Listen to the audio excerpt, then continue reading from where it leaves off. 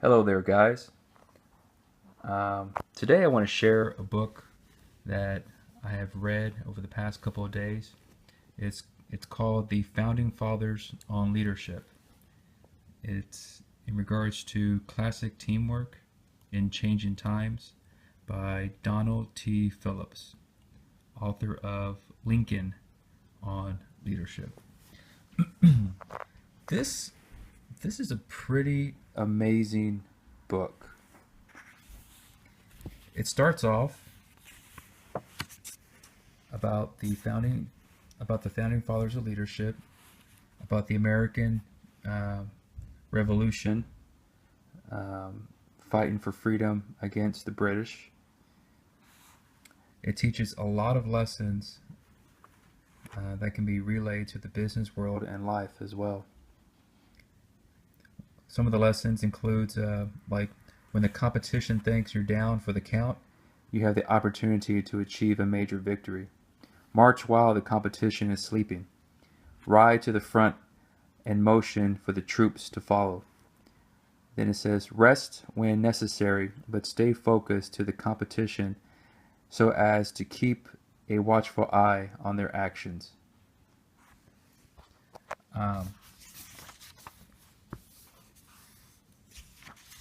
the contents of it basically is part one, preparing for the revolution, mobilizing and motivating, winning the war, build strong alliances, attend to financial matters, and then also after the revolution, what came about, um, understand human nature, compromise and create the culture, and then stick around and follow through.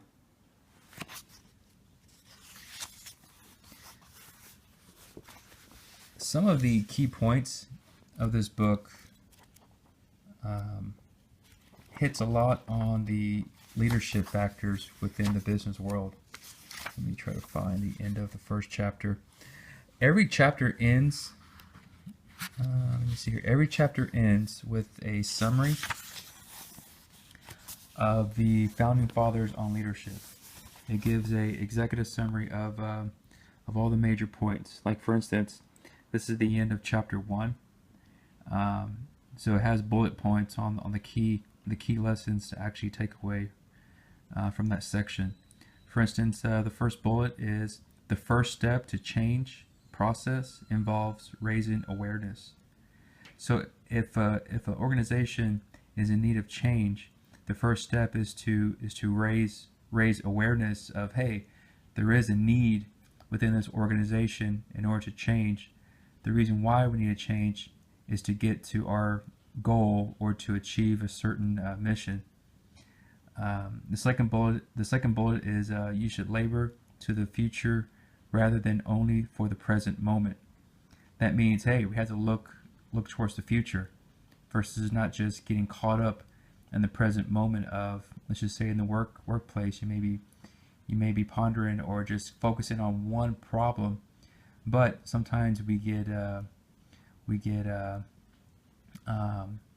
our vision becomes hazy in regards to the long-term goals within our organization, and we lose sight of what's important within the organization.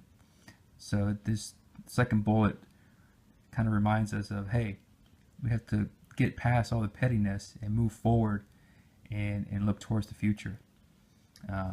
So there's a lot of good lessons here, each chapter.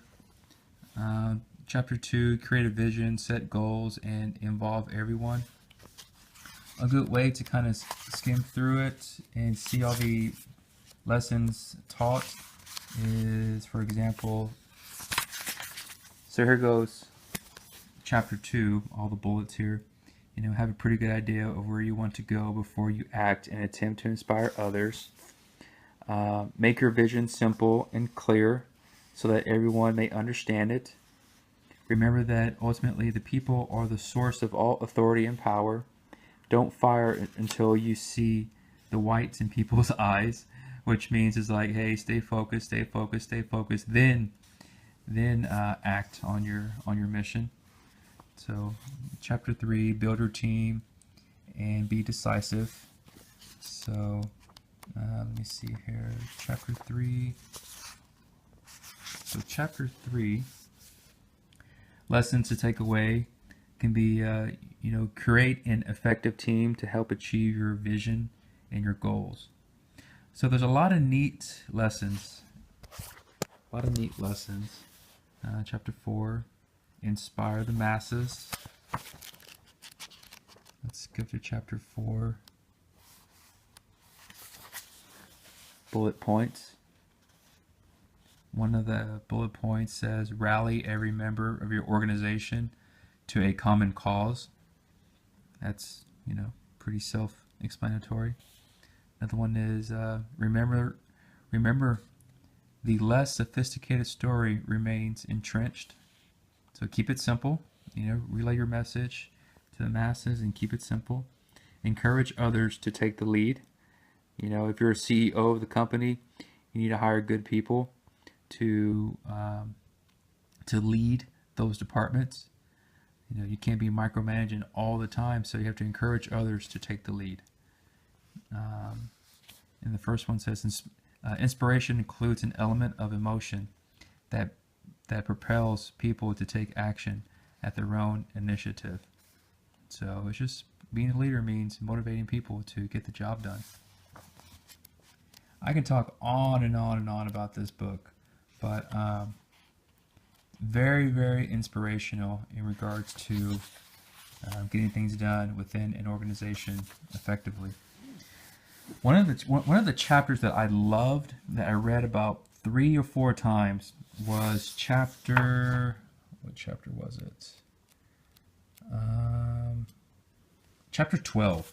Yes, chapter 12 emphasizes on be a risk taker.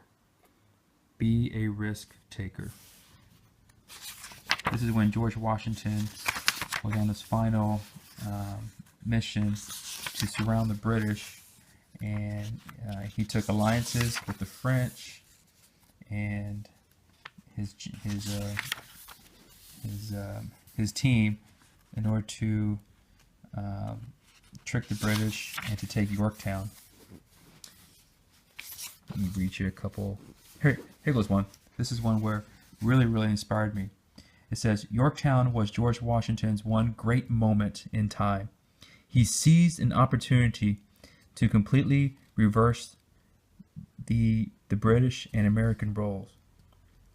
At that instant, Washington creatively concentrated nearly all of his forces and risked everything he had for one shot at victory. Moreover, he employed several key leadership techniques. He utilized the fruits of the alliances that he had built with the French. He effectively employed diversity to his advantage.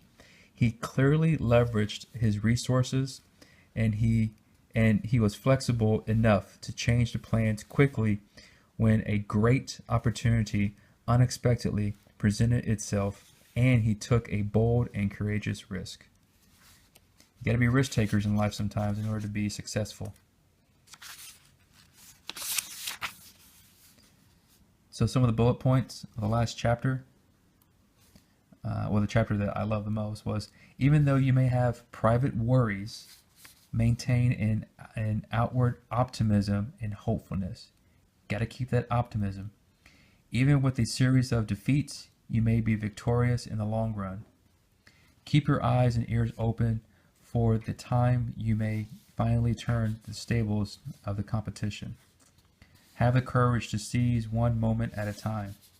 When undertaking a crucial endeavor, immerse yourselves in the detail of the operation. When you have a clear advantage, prepare your next moves. Before a major action, meet all the members of your team personally, shake their hands, and salute their efforts. Those who lead must be willing to take chances.